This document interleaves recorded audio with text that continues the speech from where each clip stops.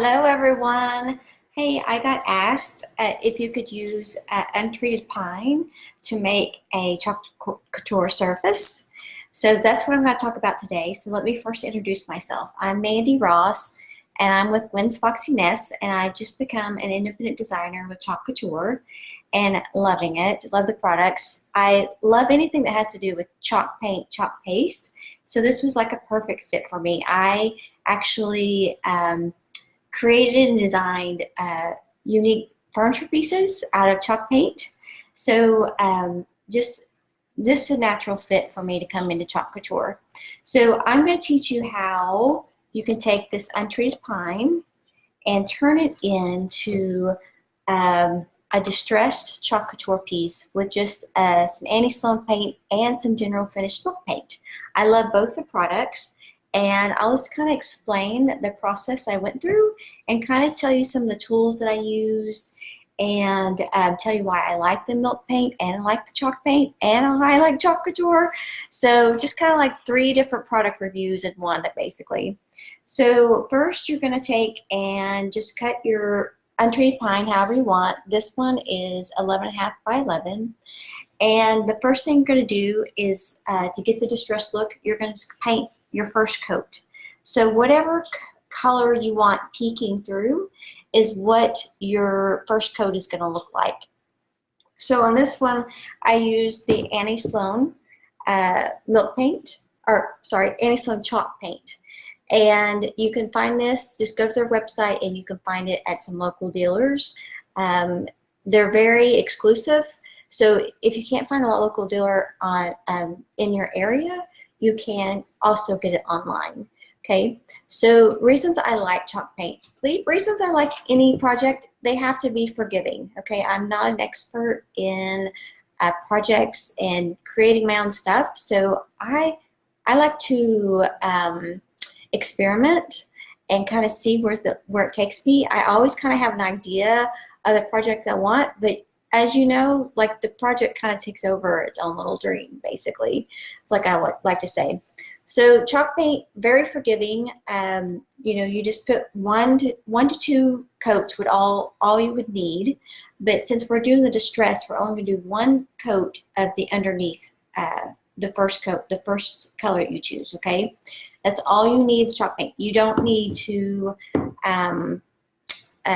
you know, put anything else on there. You take it directly from the pine board to 1 coat of your anti-Sloan chalk paint, okay? Anti-Sloan chalk paint is non-toxic, so you can actually do it in your home. It's kind of water-based, so if you get some on your floor or get something on your table, just take and wipe it off with your just a wet wipe or a wash rag real quick. I just use, you can see my paintbrush. I use these anti-Sloan paintbrushes and they are fabulous. So I use that, but you can also just use like the dollar sponge paintbrushes that you get at Walmart. So, you know, if your first time and you're just kind of wanting to try the product out, they also make these little jars of paint. And I'm going to tell you, you could probably actually do like a side table with this much chalk paint, okay? So it doesn't take very much and it's super easy and super simple. Okay, the second thing you're going to do is then you're going to take and you are going to paint with the lamp black general finish paint. This is the milk paint. I love this product as well. I actually really like the fact that it's a true black.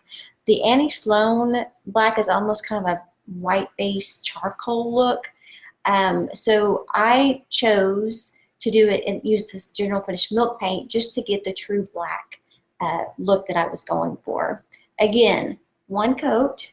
You know, after your chalk paint dries, you put it on a coat of your milk paint. Okay, that's all you do. It's very simple. Same thing. This is super simple to put on. You can use the same paint brushes. I mean, you want to wash them obviously, but you know, you can use the same type of paintbrushes. Again, if you get stuff on your tables or stuff, just wipe it off with some water. So the last step, no, I guess the third step, so we have one more. If you want to distress it, by just using a wet wipe, after this dries, after your black dries, that's when you would just take and just kind of wipe it off with your with a wet wipe, and it will get the same distressed look. That's another reason I like to use the milk paint and the chalk paints, is because it's super simple to work with. Now on this one, I actually went ahead and I used the furniture wax to seal my paint. So this does two things with Chalk Couture, okay? So when you're using your Chalk Couture transfers, you don't want them to stick to your projects, because on the back of the transfers they are sticky, and I'll show you one in a minute. But so this kind of helps your product from not sticking to your project. I'm going to actually kind of show you how to use the wax. Everyone's kind of painted before. That's real simple, but there's a little trick to the wax that I'm going to show you. And I'm just going to take you down to this board, and I'm just going to show you in a small area, but you would actually want to do the full surface, okay?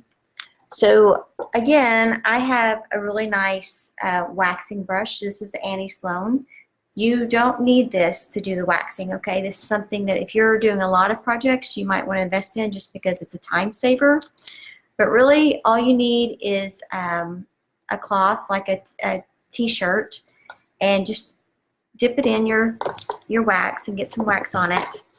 And then you can see how it kind of is there. You just want to spread it out, and you can see that it's changing colors. What you want to do is keep rubbing it. When it first goes on, it's kind of sticky, but if you keep rubbing it, it eventually gets really smooth, and you can just tell that the stickiness is gone, okay? So that's kind of, and you want to do it all over. Like I've already kind of done this product, so, but I would spread this all over and make sure I got my whole project with the wax, okay?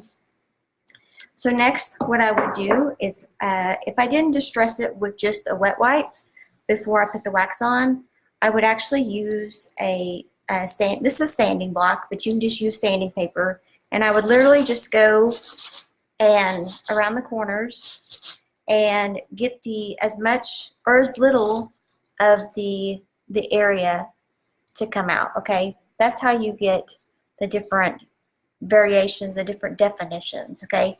I always like to say the distress look actually is kind of like when you put your lipstick on, and once you blot it, it really becomes you.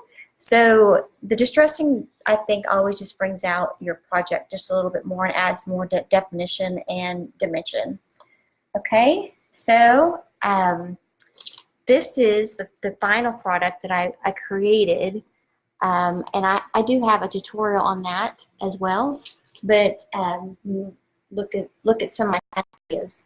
But this is the farmhouse design, and I just simply use Chalk Couture's transfers. Let me get this one out. This is the farmhouse one, Farmhouse Christmas. Super cute, girls. I've done so many different projects, different ways with this one. Very versatile. The great thing about our transfers are they are sticky. So they are similar to like a stencil, but so much easier to work with. I mean, they're bendable. They stick to your project. They're not going anywhere. They're reusable 8 to 12 times if you take care of them longer. They'll actually last you longer. I also have a video about how you would take care of your transfers. Now our chalk paint, the Chalk Couture chalk paste, I know I'm getting all confused here. Chalk paste is actually a little different from the chalk paint. So the chalk paste is a little thicker, and it's going to last, it's a little thicker. The chalk paste is a little thicker. I froze there for a second. And so you need the thickness to use on the transfers, okay? So you can't use the chalk paint, but you can use the chalk paste on your transfers. So anyway, I hope that made sense. I have other videos available that talks more about using the chalk paste with the transfers and actually creating live videos. So please go check those out, and I appreciate you stopping by. Thanks.